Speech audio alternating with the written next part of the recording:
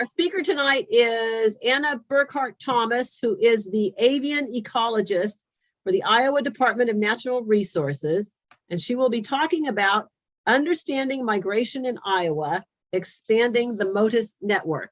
Excellent. Good evening, everybody. Thank you for inviting me. I'm excited to be with you all tonight. As Terry said, I am the avian ecologist for the DNR, and I work in the wildlife diversity program. So not waterfowl, not turkeys, not the hunted species, but pretty much all the other birds is kind of my purview. And so I've been in this position since 2019. And if any of you knew Bruce Ayresman, he had this same position before me. So that's the role I play at the DNR. And so, yeah, I'm excited to be able to share some of the work we're doing with you all tonight.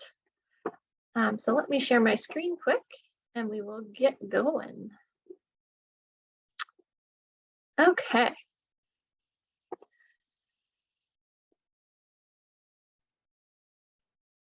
So, yeah, so I'm going to talk a lot about migration in Iowa and something called the MOTUS Wildlife Tracking System.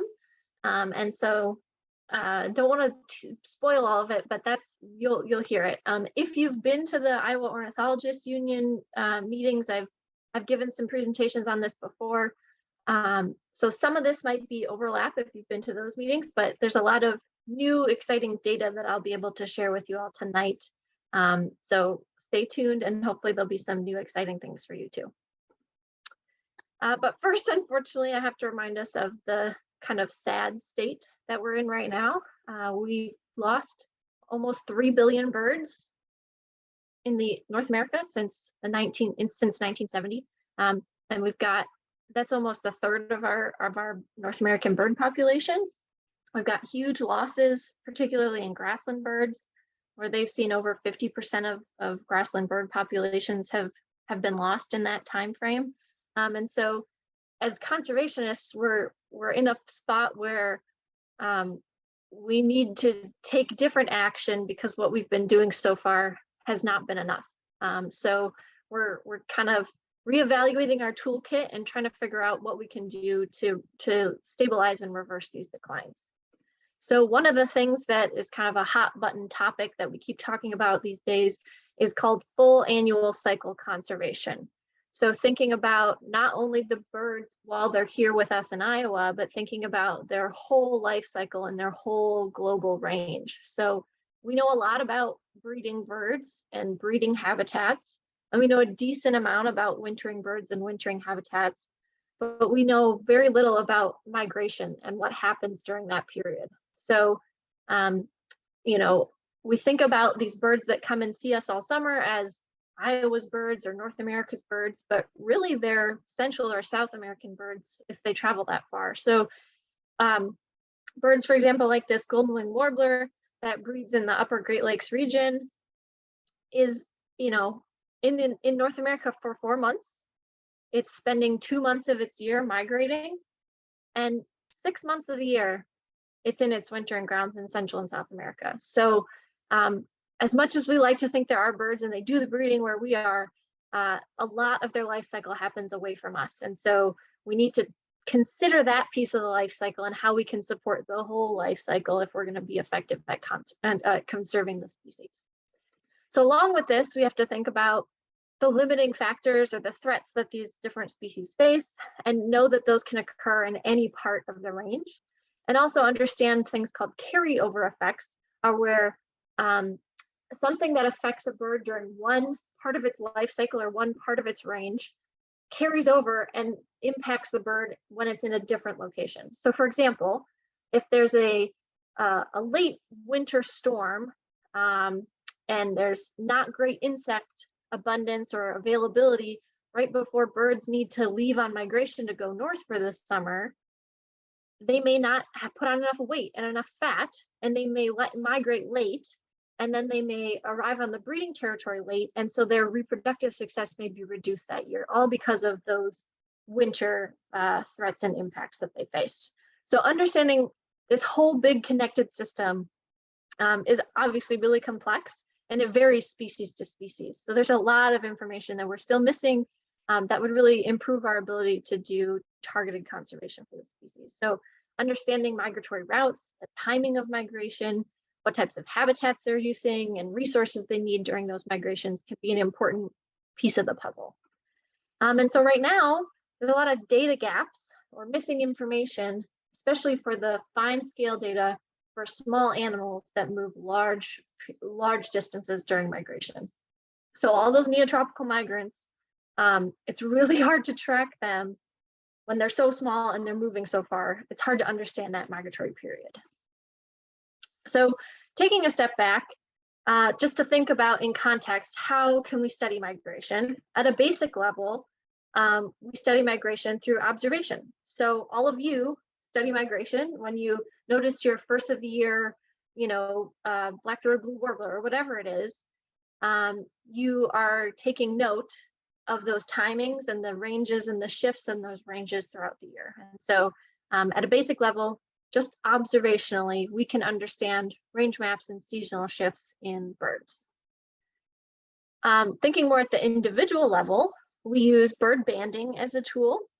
And so this is a system where birds are given a unique identifying metal leg band typically, and we can use this to track birds, but it's really just a snapshot in time. So if we catch a bird, maybe a yellow-rumped warbler in Iowa, we put a band on it, 2 years later, someone may catch that same bird on the Gulf Coast.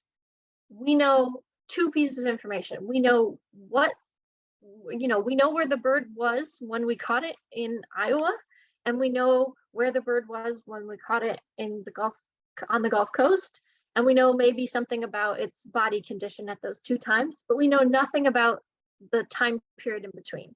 So we don't know where it goes otherwise. We don't know, how successful it is at breeding. All of those pieces of information are lost, and so it's just a very snapshot piece of information. This can be most useful, particularly for understanding hunted species. So for survival estimates, we band lots of waterfowl every year. And so if a hunter harvests a waterfowl and we can get band returns, we can understand the survival rates of waterfowl as a whole, because we're able to band so many and because we're able to recover so many through that hunting process. That's a lot harder for those little birds that fly really far and are not recovered at the same frequency. It can also be useful on really visible birds with large markers. So something like these trumpeter swans that have a neck collar that has a readable ID. You don't have to catch the bird again to get that information about survival. You can use these kind of ID collars to help you inform that. So this is how we can gather some information. And for a really long time, this was the best information we could get for migratory birds. There's been really exciting advances in technology and in science. And so one of the other cool things that people are looking at is weather radar. They can now distinguish between bird and bat and insect movement from those weather patterns. And so we can understand the volume of birds moving. Again, we're not understanding individuals. We don't know what species is moving, but we know the volume of movement, the timing of movement, and what kind of weather conditions spur that movement. And so this can help us predict migration. So if any of you are familiar with Cornell's Birdcast, they use the weather patterns and what they know from their radar research to say, oh, tonight's going to be a really big migration night. Maybe you should go birding in the morning, that sort of thing. So this has become a really cool and powerful tool. But again, we're not learning about individuals or exact routes. We're just learning about volume of movement and timing of that movement. But what this can be really useful for is informing conservation through things like lights out programs, where we can say it's going to be a really good migration night. Make sure to turn out your lights on your buildings tonight. It's going to be extra important. Or we can say in real time it's going to be a hot migration night, and we can suggest curtailment of wind turbines to reduce collision risk, and those sorts of kind of real-time implementation of conservation actions to reduce threats to birds. Kind of as a side note, I recently read an article from Cornell that looked at some of this. They kind of compiled all of the radar data for the 2021 fall migration period. And Iowa sees among the highest volume of migrants of any other state in North America, which is pretty exciting. So Iowa in the fall of 2021 had an estimated 868 million birds fly through the state. And that's just not very far behind, Georgia, Alabama, Missouri, and ahead of Texas. So we are a really important state, and migration through our state, it matters on a kind of global scale. So some other strategies we can use to learn more kind of fine scale detail about individual bird movement and migration is GPS tags. So typically these are really highly accurate locations that have a timestamp. So we can tell you exactly where the bird was within a 10-meter error rate, which is really high assurance of knowing and understanding those locations. And oftentimes it can also be close to real-time data. So there's a few different types of GPS tags. Some of those tags are actually archival, and so they take GPS locations, but you can only get those GPS locations if you catch the bird again and take the tag off. And that's typically what they use on smaller birds. But on the larger birds that can support a heavier GPS tag, we're able to use satellites or cellular networks to, in real time, send that data to the researchers and have it available online.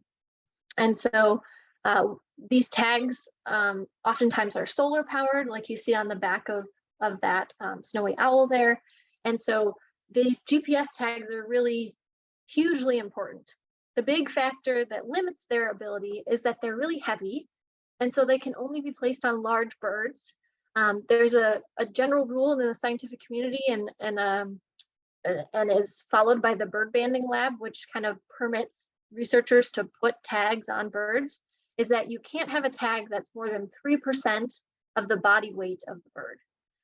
So that limits what you can put on a bird. And so these tags you can put on birds that are over 115 grams. And the tags don't go any smaller at this point. And so for reference, an eastern meadowlark is about 100 grams. So this is kind of the best fine scale detailed movement data we can get on an individual, routes and timing and all that, but we can't put it on those really small birds yet. But we can learn from these tags. Here's an example from a woodcock study. On the left, there were 2 woodcock that were tagged. These GPS were set to take a location just once a day. And so they point-to-point built this migration route of once a day where was the bird during migration. And the picture on the right, we can learn something about stopover habitat. So this bird, for example, spent several days hanging out on a golf course and just waiting and probably foraging and waiting for the correct weather patterns to be able to continue south. So this is really important information. On even larger birds, we're able to get even finer timescale detail. So this is a GPS study that we did in Iowa on trumpeter swans.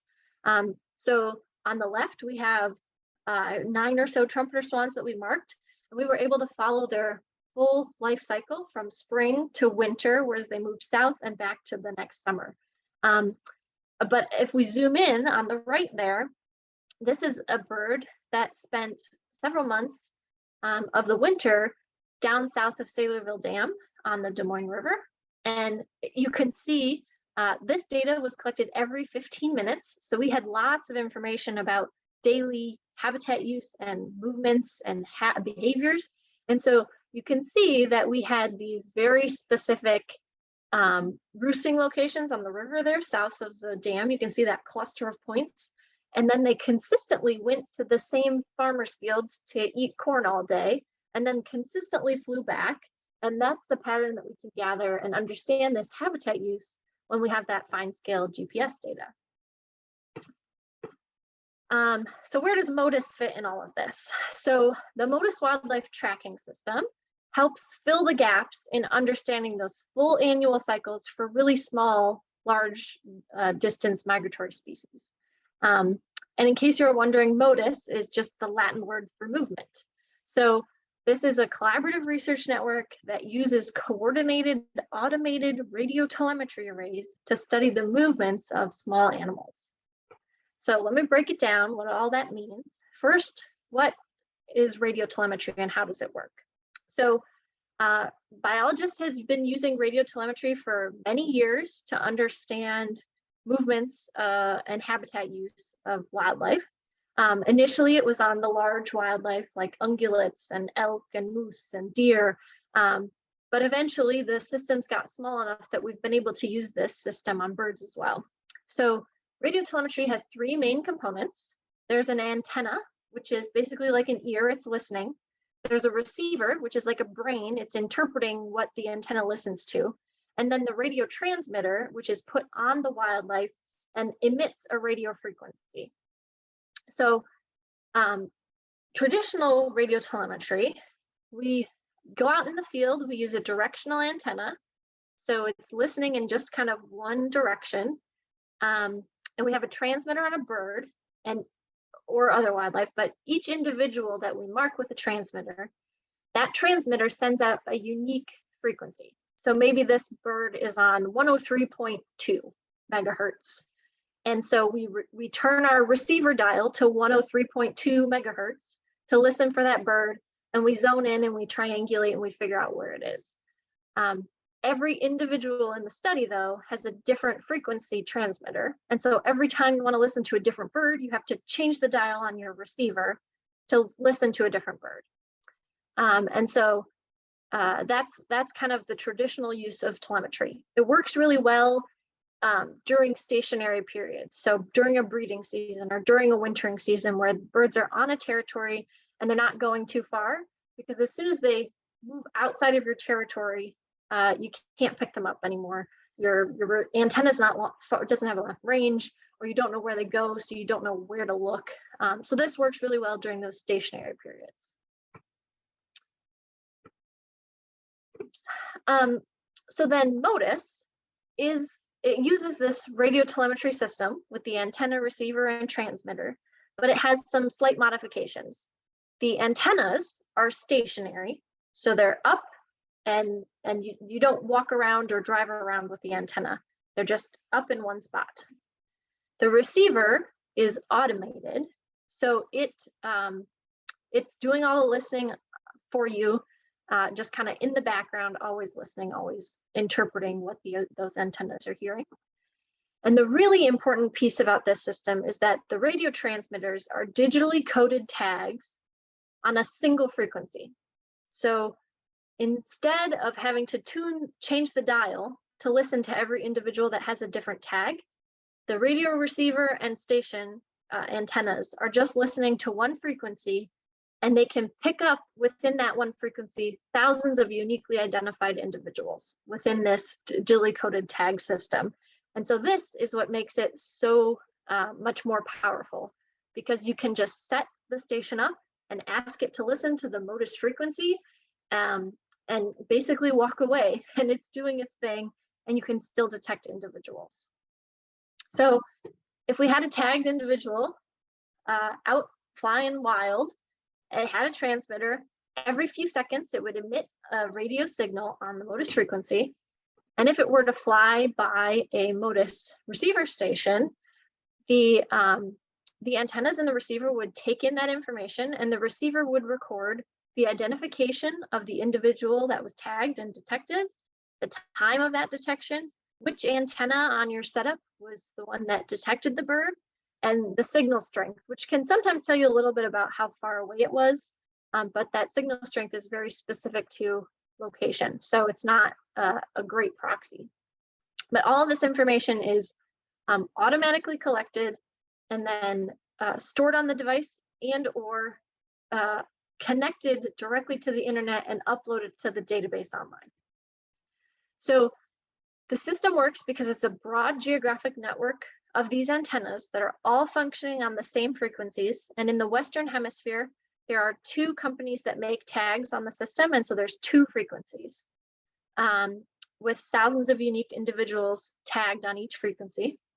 The stations themselves are maintained by many different parties and researchers, and we don't necessarily know each other, but it's all connected because it's all working on the same frequencies, and we've all decided to put our data in the same database. So there's many different researchers tagging wildlife, but again, we're all working collaboratively. And this works because there's a coordinated network and database. And so when you host a MOTUS station or when you put tags on birds, you will register the stations and register the tags so that anyone on the system that detects your bird, you're all on the same database, and so you can all kind of communicate with one another, and it all works seamlessly together, even though I don't know any of the people in South America who put up stations. So like I mentioned, this system is specifically used for tracking small animals that move big distances. So what's been tagged so far is lots of birds, some bats, and even flying insects. So dragonflies and monarch butterflies have been tagged on the system. Insects don't have that same regulatory 3% of the body weight, which is why you can get away with tagging them. But the tag size, which is related to the size of the animal, does relate to the battery life. And so the battery life then determines how long the transmitter is sending out radio frequencies and how long you have an opportunity to detect that bird. So small birds, which have tags that are 0.5 gram to 3 grams, might have 6 to 18 months of a tag life, whereas an insect that has a 0.2 gram tag would just have a couple or 4 weeks maybe on the system. So all of that is kind of specific to the species we're looking at. The antennas can detect tags up to 15 kilometers away, which is about 9 miles, and they're directional. So if you get your station with multiple antennas, you can have up to an 18-mile spread of coverage. Excuse me. And then, of course, the stations, because they're all the tags and all the stations are operating on the same frequencies. So your station can pick up and detect animals that were tagged from any other project on the system. So we can use this to answer both local and large-ranging movement questions. So, and it's most valuable when there's large coverage or lots of receiver stations in an area. So on the left there, you can see there's this dense regional coverage near the Eastern Great Lakes. And so we can understand really fine scale movement details of how birds or insects move through the Great Lakes region, because there's lots of opportunities to detect them. So we can figure out when they're moving, how fast they're moving, because they'll likely get detected on multiple stations in short succession. You can also ask more local questions by overlapping detection ranges. So if you have multiple stations with overlapping ranges, you can triangulate detections. If a bird is detected on more than one station at the same time, you can use that to triangulate and figure out information about habitat use, kind of in the traditional way that we use telemetry, but again, without having to put a person on the ground. It's all automated and up and running on its own. So kind of an overview of MOTUS. In the first 5 years of the system, 9,000 individuals were tagged of 87 different species, and they had 250 million detections or pings. So obviously a lot of those individuals were detected more than once on more than one station. Now, there's MOTUS stations in 5 continents and 34 countries. There's over 1,500 receiver stations. They've tagged over 300 species with over 36,000 individuals tagged. There's over 550 projects on the system, and over 157 peer-reviewed publications have come out of this. So we're learning a ton about bird migration and bat migration and insect migration, and habitat use, and all of those pieces of the migration puzzle that can then help us understand how to make good conservation decisions. So just a few examples of how this science is being used. So the obvious one is we're understanding migratory routes and timing. So for example, here, this Swainson thrush was tagged in Colombia, and then detected in Panama, detected on the Gulf Coast, detected in Michigan, detected up in near Hudson Bay. And so we can understand how long it took that Swainson's thrush to make its spring migration, and we can understand how fast it was moving to some extent, and kind of the route it was taking. There's another example of the red knot.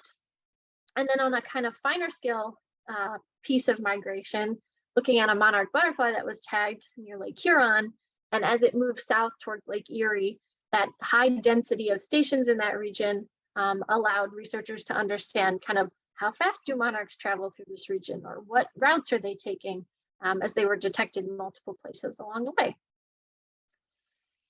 Another piece of the puzzle is understanding fitness and those carryover effects we talked about. So here is a study that looked at gray cheek thrushes.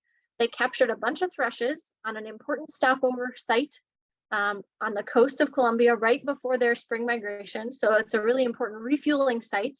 And they captured the birds. They weighed them to understand the body mass, or basically how fat is this bird right now, and how, so fat is fuel, right? So how fat is this bird? And then they related that to detections in North America. So looking at the graph on the right there, on the x-axis, you have departure fuel load, or basically how fat is the bird, with 100 being fatter. And then on the y-axis, how many days between intercontinental detection? So how long did it take to be detected after we let it go in Colombia? How long was it before it was detected in North America? And so that line there shows the relationship that fatter birds, or more fueled birds, arrive faster to North America. And so again, those carryover effects about how fitness and fuel load and important stopover resources can impact the speed at which birds are moving during migration, and then potentially their breeding success following that. We can also, there's research that looks at threats to birds and how that impacts migration. So here's an example of a study that experimentally exposed white-crowned sparrows to different levels of neonicotinoid insecticide chemical on treated seeds.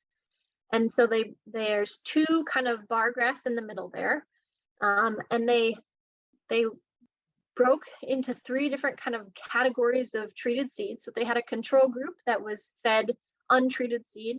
They had a group that was fed treated seed but on a low treatment level, and then a high treatment level of seed on the farthest bar there.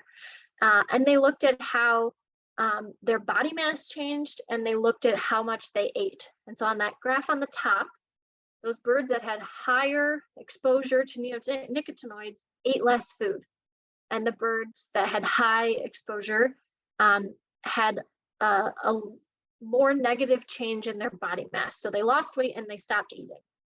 And that resulted, based on these detections with MOTUS stations on the graph on the right, on the x-axis, you can look at stopover duration, and on the y-axis, the probability of departure. And so the birds that were given the high treatment spent more time on stopover and departed on migration an average of 3.5 days later than the control group, or those birds that weren't exposed to the chemical.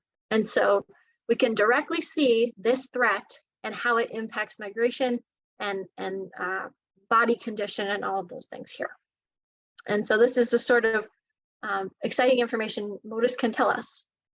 One more example here is looking at barn swallows. So barn swallows there's been a noted decline in barn swallows in this region of Canada, a 78% decline, but there was kind of a mystery of why the population was declining. And there's a piece of the life cycle that's really hard to study and really hard to understand, which is the post-fledging to first migration period. So of those young of the year, once they leave the nest and before they migrate, how well do they survive? What threats are they facing? And so they tagged a bunch of juvenile barn swallows. And because of this high density of stations throughout this region, they were able to figure out departure dates of migration and figure out how many of these swallows that they had tagged survived to migratory period and were able to migrate. And so they found that based on this study, there was only a 42% survival rate of those young of the year up to that migration point. And so with that really low survival rate, that doesn't leave a lot of room for the population to be able to replace itself, right? So every parent, wants to have at least one offspring so that the next year their numbers would be at least even, right? Replacement. And so 42% survival doesn't leave a lot of room for the rest of migration and the rest of winter and all the threats that they may face during that period for this population to survive. So maybe we found out here that this post-fledging to migration period is really critical, a really critical piece of survival. So what can we do to improve the survival of these birds during this period of their life, for example?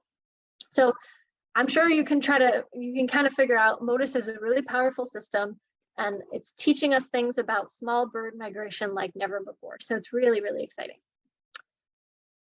So bringing it back to home, this is the landscape of MOTUS in the Midwest as of 2020, so a little over 2 years ago.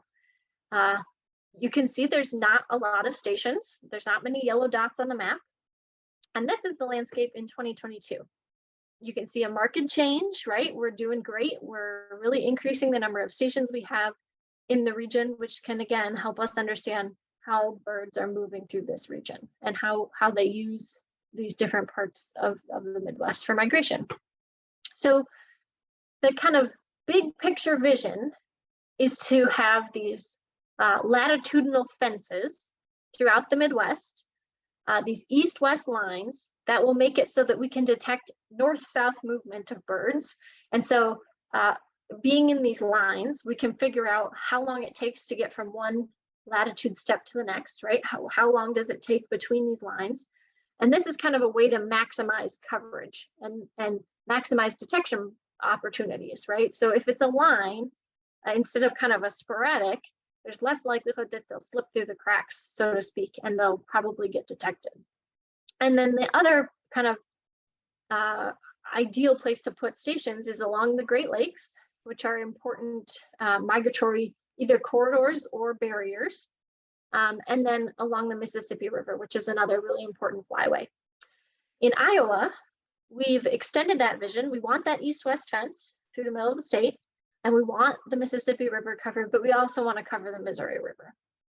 So we were able to receive federal U.S. Fish and Wildlife Service funding through what's called the State Wildlife Grants, and it's a competitive grant.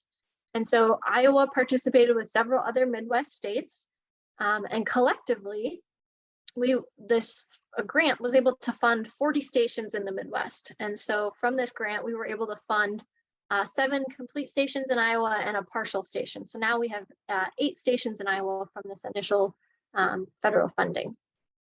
So this is the landscape of MOTUS stations in Iowa right now.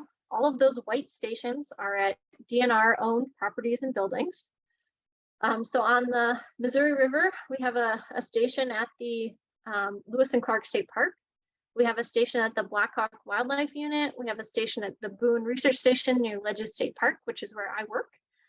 We have a station at Union Grove State Park, a station at Hawkeye Wildlife Management Area. There's a station up at Pikes Peak in the north part of the river. There's a station at the Odessa Wildlife Unit, and then one at Geode State Park.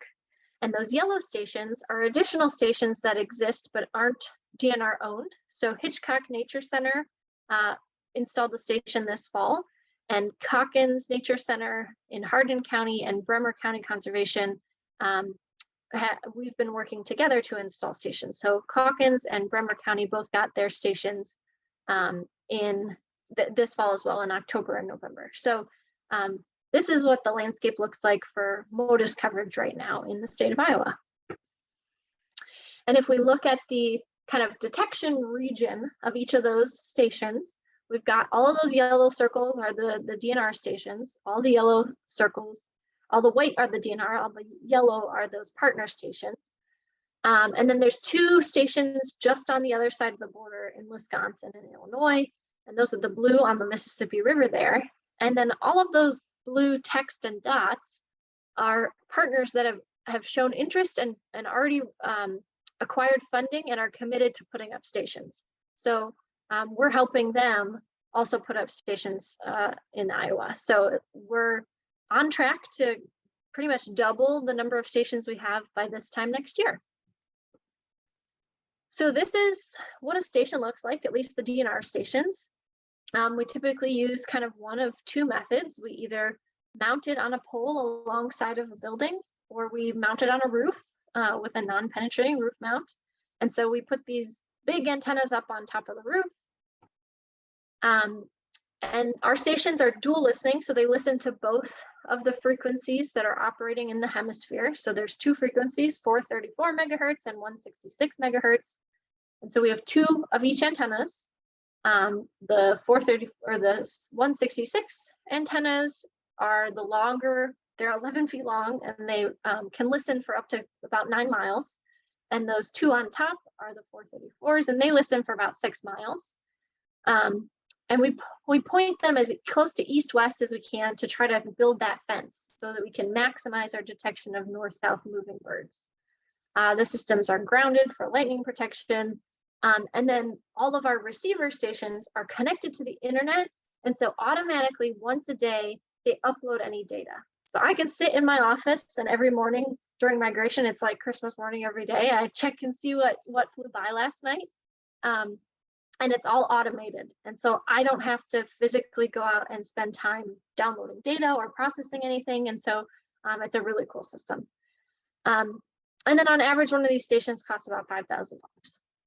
So the other really exciting thing about this is that most all of this data is available publicly. So if you go to the MOTUS.org website, you can explore. You can click on any station you want to. It'll pull up the information about who owns the station, the configuration of the station, and then you can click on the tags detected, and it'll pull up a table of all of the species it's detected, and you can click on those individual species, and it'll draw maps of individual birds, and they're all the times they've been detected from tagging to current. And so it's a really interactive and public-facing opportunity. So if you haven't, I encourage you to check out this website and just explore.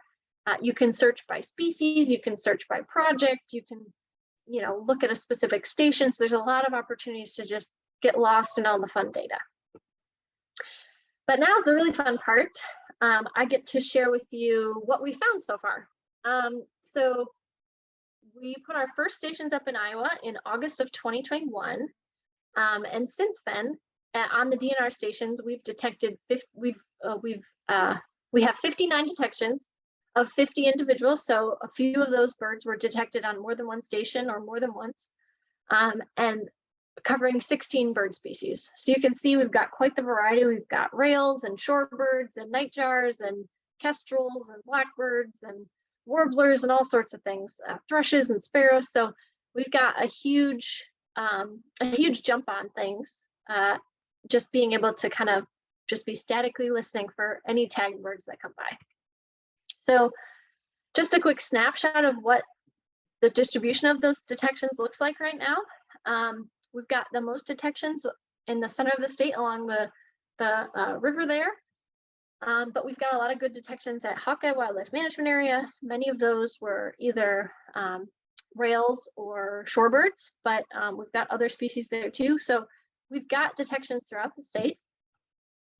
But of course, you probably want to know more about each of these individuals and what we've detected. So our first fall, we detected 2 kestrels that were tagged in Minnesota. And on Halloween, a fitting bird for Halloween, we detected a rusty blackbird at Pikes Peak State Park that was also tagged up in Duluth, Minnesota. The next spring, we detected several of the kestrels in that same project, not the same individuals as before, but you can see those birds the fall before had made it all the way down to Missouri, and we detected them on their northward spring migration back through Iowa. We detected several lesser yellowlegs that came from a tagging site in Columbia. So they made really long journeys and they flew through Iowa on their way north. And then we also detected a large number of soras and Virginia rails from a specific a study that was going on in Illinois. where they were tagging these two species along the Illinois River during stopover to try to understand their habitat use locally. So they had a bunch of stations in that overlapping pattern to learn about their habitat use within the valley, but then anecdotally also learned all this information about how they move during that spring migration period. We also got detections from a golden-winged warbler that was tagged in Costa Rica and an American redstart that was tagged in Jamaica during the winter period. And then this common nighthawk flew by in June. This one was really interesting because it was initially tagged in 2021 in Montana. Then that winter, it was detected in northern Florida. And then in June, it was detected in Iowa, and then detected again in summer 2022 back in Montana where it bred. So you could see the whole cycle of a year in the life of a common nighthawk. Jumping ahead to fall, then in the fall we had a lot of detections of tagged birds from Canada. So we got a leaf sandpiper from the Northwest Territories. We got several black terns from Saskatchewan. We got a stilt sandpiper that came from Hudson Bay in Manitoba. We detected a few of those lesser yellowlegs that were tagged up in Canada, in Manitoba. We detected some semi-palmated plovers from the Northwest Territories. And then we detected 8 kestrels this fall from that same tagging project in Minnesota. They've all kind of compiled here on this list of, and these red lines of those kind of 8 birds this fall. You can see an example of just one kind of flight path on the right there. We detected a number of Swainson thrushes. The really cool thing for this one is that they all came from British Columbia. So we think so much of north-south, that's how birds move, but we got multiple Swainson thrushes that come just diagonal across the country, all the way from British Columbia to Iowa. And there were multiples like this. And if you look at this project in British Columbia, almost all of their thrushes were detected in the Midwest again. And so they all have this kind of, moving southeast sort of pattern, which is really interesting. And then we got several soras again from that same initial project in Illinois. And then the white-throated sparrows also do a similar kind of sweep through the Midwest. So there were 6 white-throated sparrows that were detected that were all tagged in British Columbia, and they all filed through Iowa in September and October.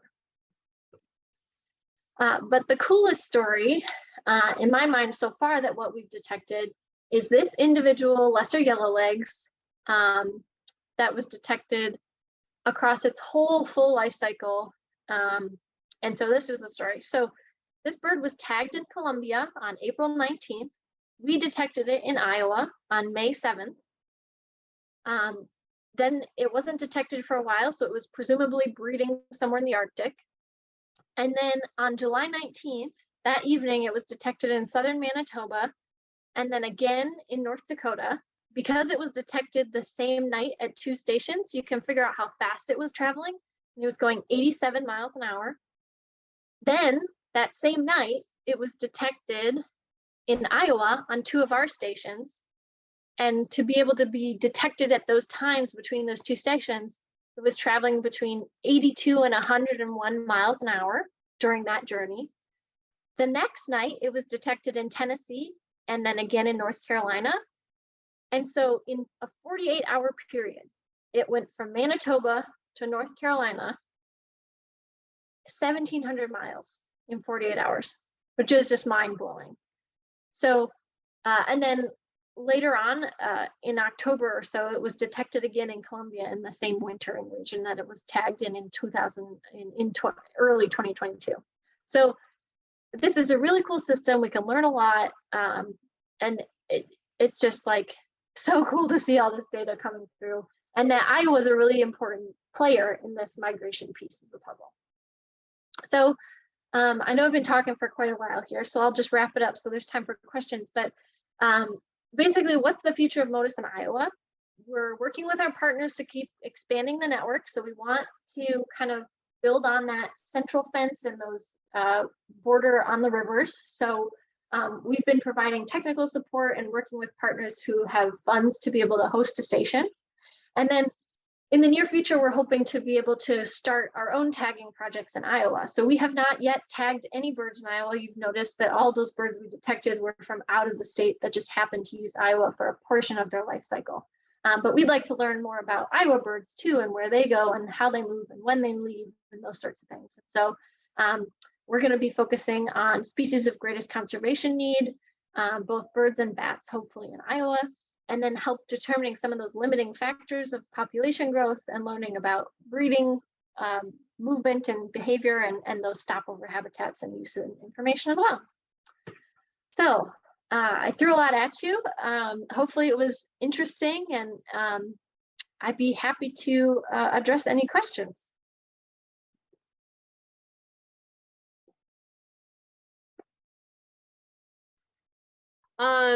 I know, I'm just amazed. So my question is, who provides the funding for this? I don't see the state of Iowa as being a particular state that's committed to conservation. Am I wrong? Do you get state funds, or is it federal? So who funds the MOTUS project? Sure. So MOTUS is the database and the kind of technology and the online tools and things are all operated out of Birds Canada, which is a nonprofit in Canada.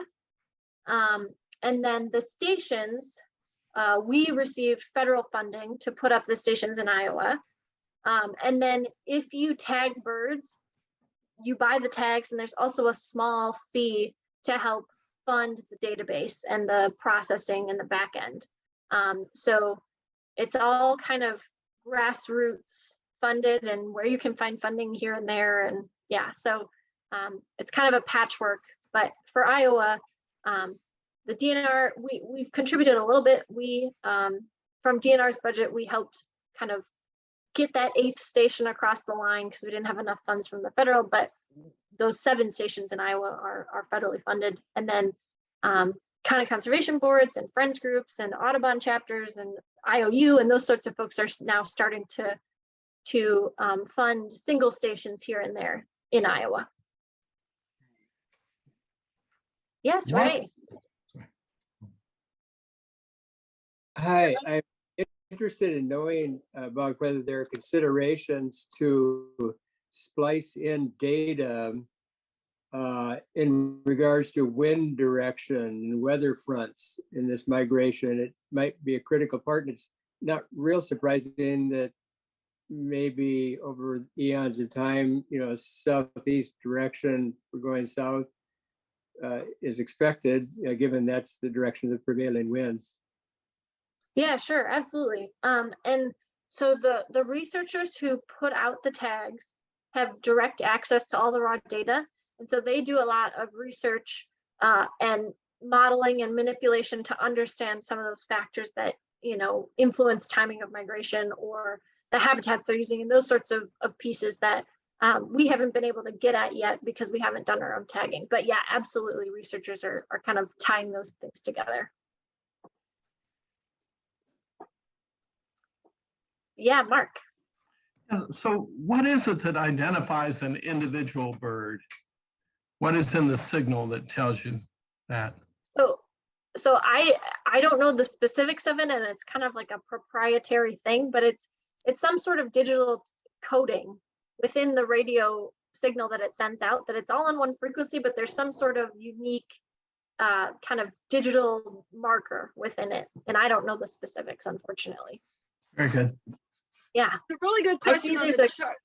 Let me go ahead. There's a really good question on the chat.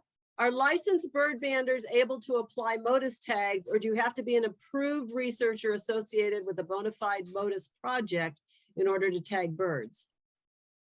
Sure. So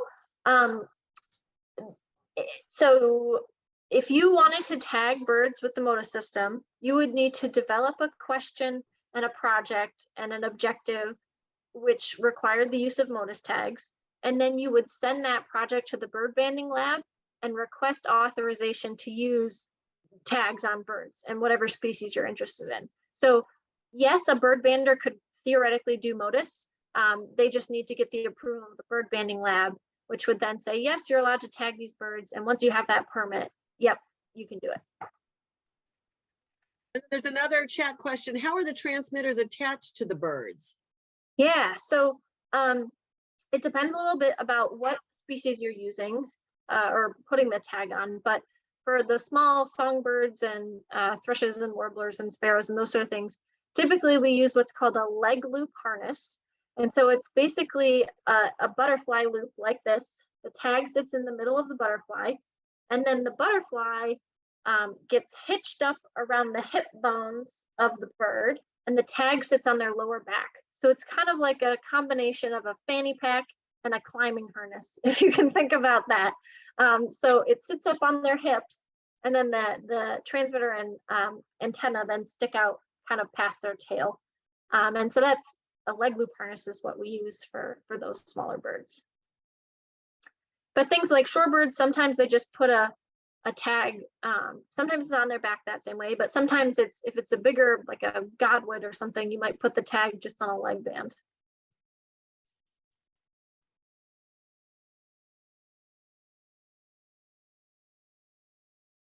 There are other questions.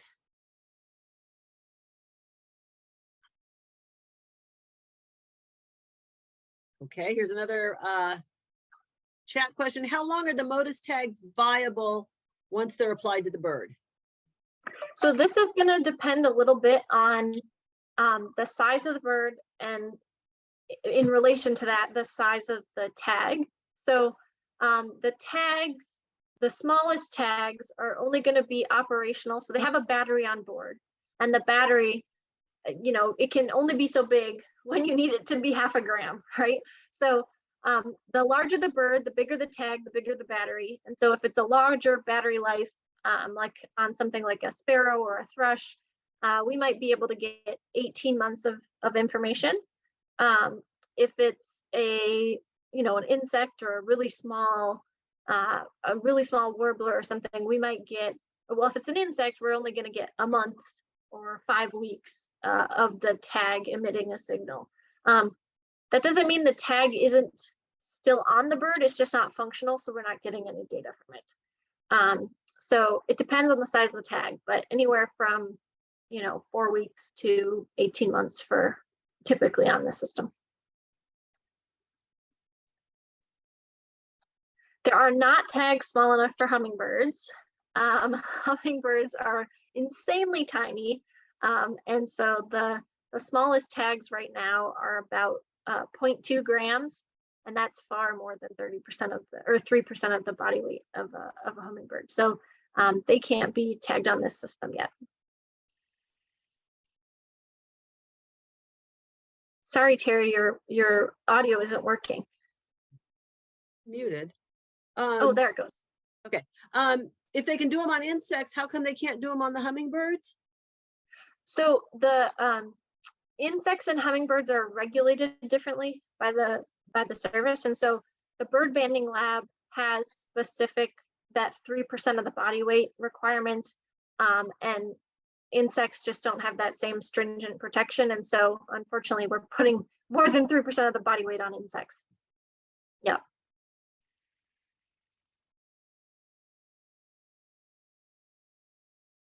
The end. Are there more questions? Yeah, so it looks like Ray, you said you're interested in a station potentially. So yeah, I'd be happy to chat with you. I'll put my email address in the chat, and you can reach out and we can talk about it. Are you getting the chat now, Anna? There's another question on the chat. Are you getting it?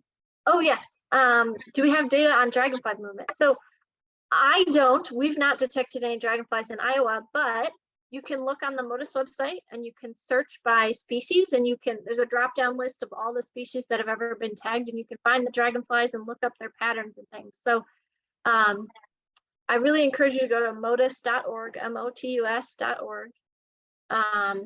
And I'll put that in the chat too. And just play around see what you can find, look at all the data, build the maps, animate things. You know, it's a lot of fun to just dive into all the data that there is there.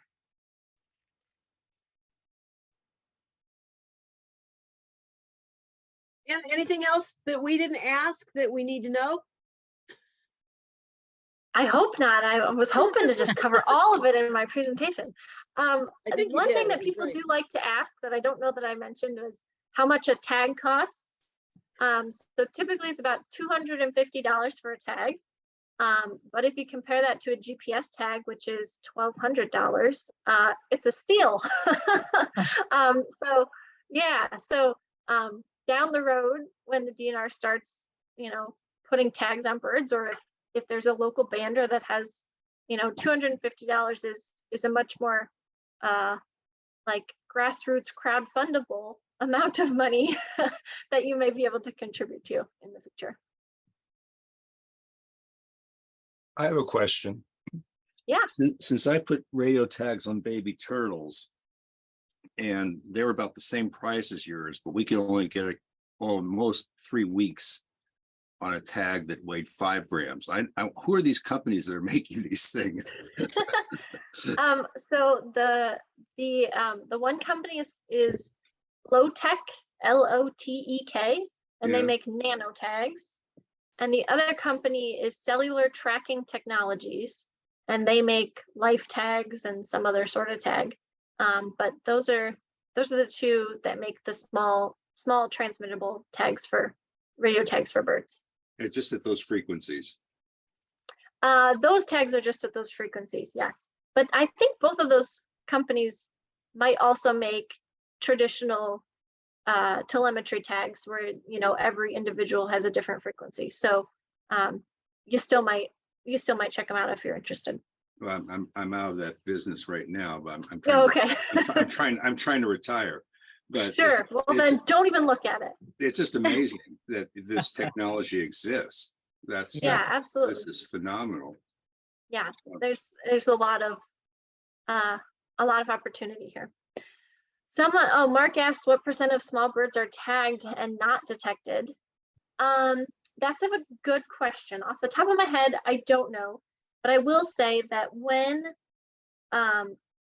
we tag a bird, typically you tag a bird right next to a station, so it at least gets detected once at its tagging location. But if you think about a bird band, which has to be recaptured or found on a bird in a needle in a haystack sort of probabilities, the detection rate of these tags is way higher. And as the MOTUS network expands and there's more stations across the country, the probability of detecting any tagged bird is going to just go up and up. So I don't have a specific number, but it's way better than banding, and it's improving basically daily. Every time I give that slide with the statistics of how many stations and everything, I have to update it every time, even if it's only been 5 days between my presentations, because there's always stations and tags coming online. So it's always improving.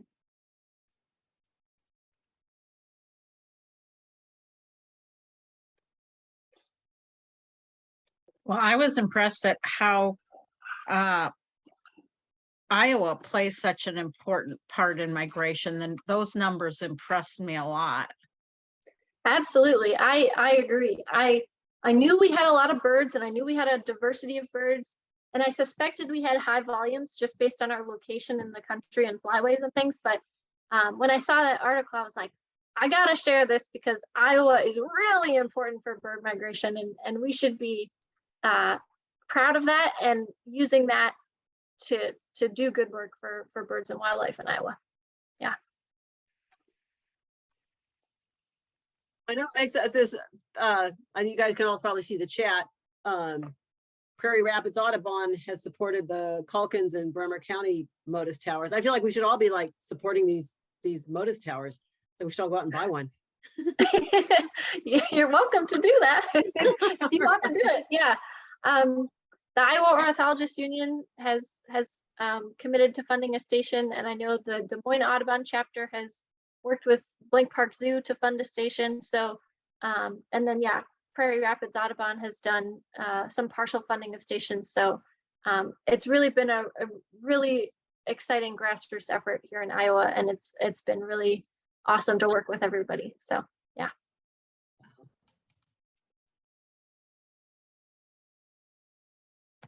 Well, if there's no more questions, I think we should let you go. Anything else that people want to ask Anna or comment on? Just thank you. Yes, thank you so much. It really was Thank a you. wonderful presentation. It was just great. Really. Yeah, it was interesting. great to be here. Thank you.